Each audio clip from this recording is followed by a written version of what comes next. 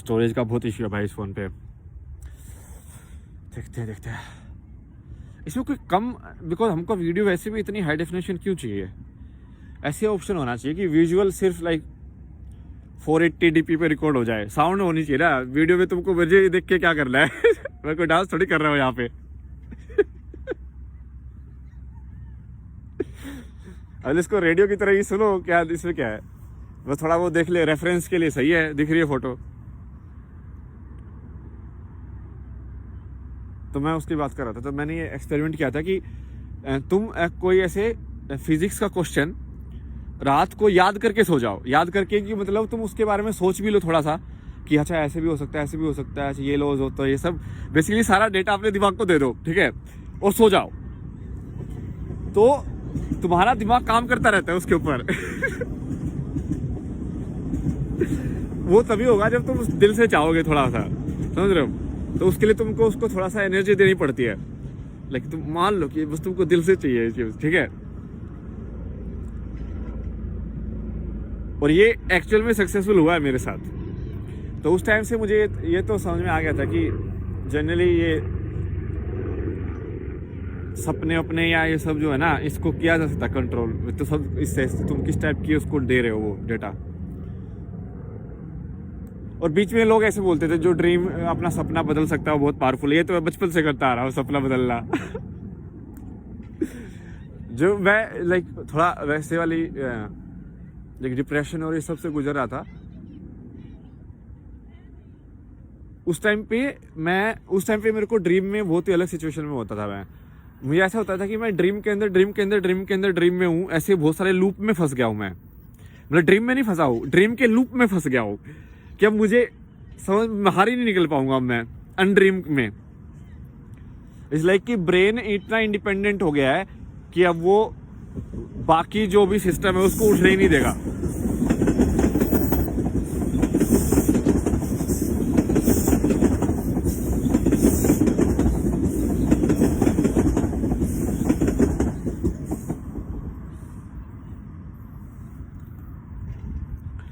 और यही होता है एक्चुअल में, वही होता है, वो बीमारी भी वही है। ब्रेन जनरली ज़्यादा अपने आप को पावरफुल समझने लग जाता है, तो बाकी माइंड या जो भी है, आत्मा तो दूर की बात है,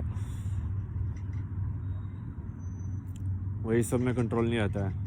अभी मैं ना थोड़ा ये इस बंदे को सुन रहा हूँ ना, तो वो साइकोलॉजी वाला है, तो मैं इनकी साइकोलॉजिकल एलिमेंट भी समझ रहा हूँ कि बुद्धिस्ट लोग या बुद्धा का साइकोलॉजिकल मॉडल क्या दिया है। क्योंकि बुद्धा ने एक्चुअली जो दिया है वो साइकोलॉजिकल मॉडल दिया है, वो आप लोगों को समझाया इतने अच्छे से नहीं गया है, तो इसलिए उसको फिलोसॉफिकल मॉडल बोल दिया है। वो एक्चुअली में साइकोलॉजिकल मॉडल है उसने थोड़ी फिलोसफी थोड़ी समझाई भाई, उसने पूरा दिमाग का बताया कि ये विचार आते हैं, इस टाइप के होते हैं विचार, उसने कैटेगराइज कर दिया पूरा तुम्हारी लाइफ के विचारों को ही।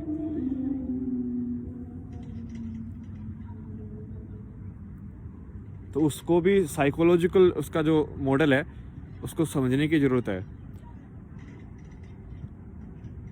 और एक लेवल पे सब कुछ साइकोलॉजिकल मॉडल के रूप में भी समझा जा सकता है। प्रकृति में जो भी है वो तो बस इन्फिनिटी को नहीं समझ पाओगे, जो आखिरी वो एंड है उसका, तो वही दिक्कत है बस। बाकी वो उसके लिए तुमको फिर फेथ वाली जंप चाहिए, तो लाइक तुम वहां तक तो पहुंच जाओगे कि हाँ मैं डाउट पे आ गया, मुझे ये तो पता चल गया कि कुछ भी सच नहीं है, लेकिन अब सच क्या है तो एक ये मेथड है ना, रमना महर्षि का जो मेथड है कि नीति नीति, या कृष्णमूर्ति का भी यही मेथड है। कृष्णमूर्ति की बात तुम गौर से सुनना, वो क्या बोलता है कि focus on what it is not and keep focusing on what it is not. And वो खुद भी वही करता है। इसलिए उसने जब वो दूसरों, इसलिए उसकी एडवाइस हमेशा नेगेटिव होती थी लोगों के। उसने कभी किसी को नहीं बोला कि हाँ तू ठीक बोल रहा है वो जैसे कोई बोला ना, उसने बोला कि नहीं, उसने हमेशा उसके अपोजिट डायरेक्शन में पुश किया, क्योंकि वो लोगों को इनडायरेक्टली वो फील कराना चाहता था कि जो तुम नहीं हो।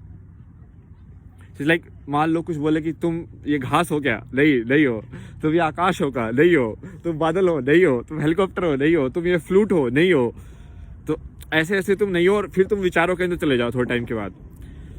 जैसे अभी ये तो बहुत इजी तुम्हारे लिए, तो तुम क्या तुम्हारी माँ हो, बोलो नहीं हो तुम क्या तुम्हारी बहन हो, तुम क्या तुम्हारा बच्चा हो, तुम क्या तुम्हारी नौकरी हो, बोलो नहीं हो।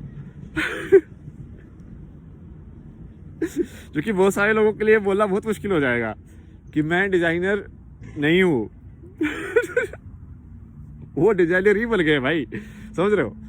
उन्होंने अपनी पहचान ही वो बना ली है। इंसान नहीं बनना उनको, डिजाइनर बनना है अब। इट्स लाइक आर्टिस्ट बनने में फंस जाए। अब उसको इंसान बनने में कोई इंटरेस्ट नहीं है, अब उसको बस आर्टिस्ट बनने में इंटरेस्ट है। भाई ये आइडेंटिटीज ऐसे थोड़ी ना फंसानी होती है तुमको। तो ऐसे नेति करके काटते जाओ और लास्ट में आ जाएगा। बस इससे क्या होगा पता क्या? फाइनली क्या होगा? सब कट जाएगा। तुम बैठ के सोचोगे यार फिर सब कुछ है तो है क्या? जो कि मैंने भी ना यही मेथड यूज किया था।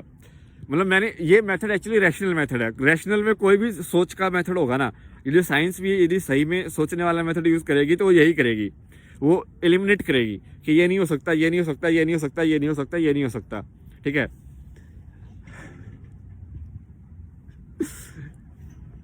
इस जगह पे मैं 4-5 बार आ चुका था पहले, सोच के कि मैं कहा यार कुछ भी नहीं है फिर तो सच, फिर लाइक कुछ भी सच नहीं है तो फिर कहाँ जाए?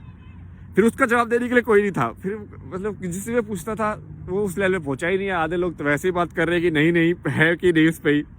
वो तो मैंने पहले ही देख लिया था कि हाँ ये भी नहीं है, ये भी नहीं है। फिर एक कृष्णामूर्ति का था एक एपिसोड, वो देख रहा था उस दिन। उसमें ऐसा था, उसमें कोई तो डिस्कशन था, उसने पूछा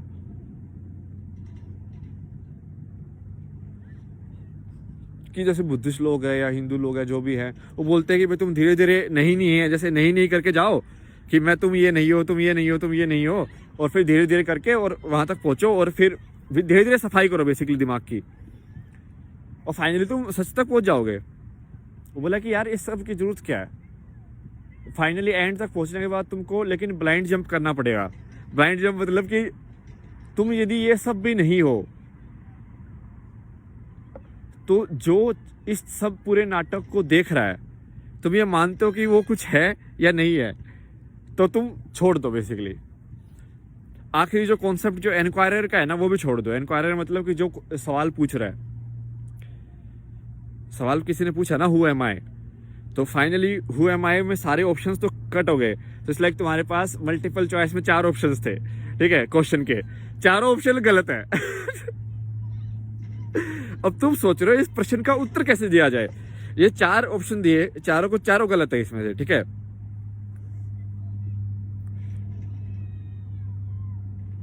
तो तुम क्या करोगे?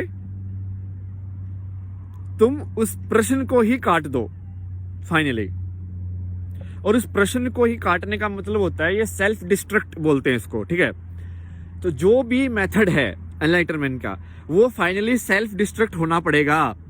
यदि तुम भक्ति मार्ग से भी गए हो तो एक मोमेंट ऐसा आएगा जब कृष्णा तुमसे पूछेगा कि तुमको तुम चाहिए कि तुमको कृष्णा चाहिए, और तुमको सही जवाब देना पड़ेगा उसको अपने दिमाग के अंदर।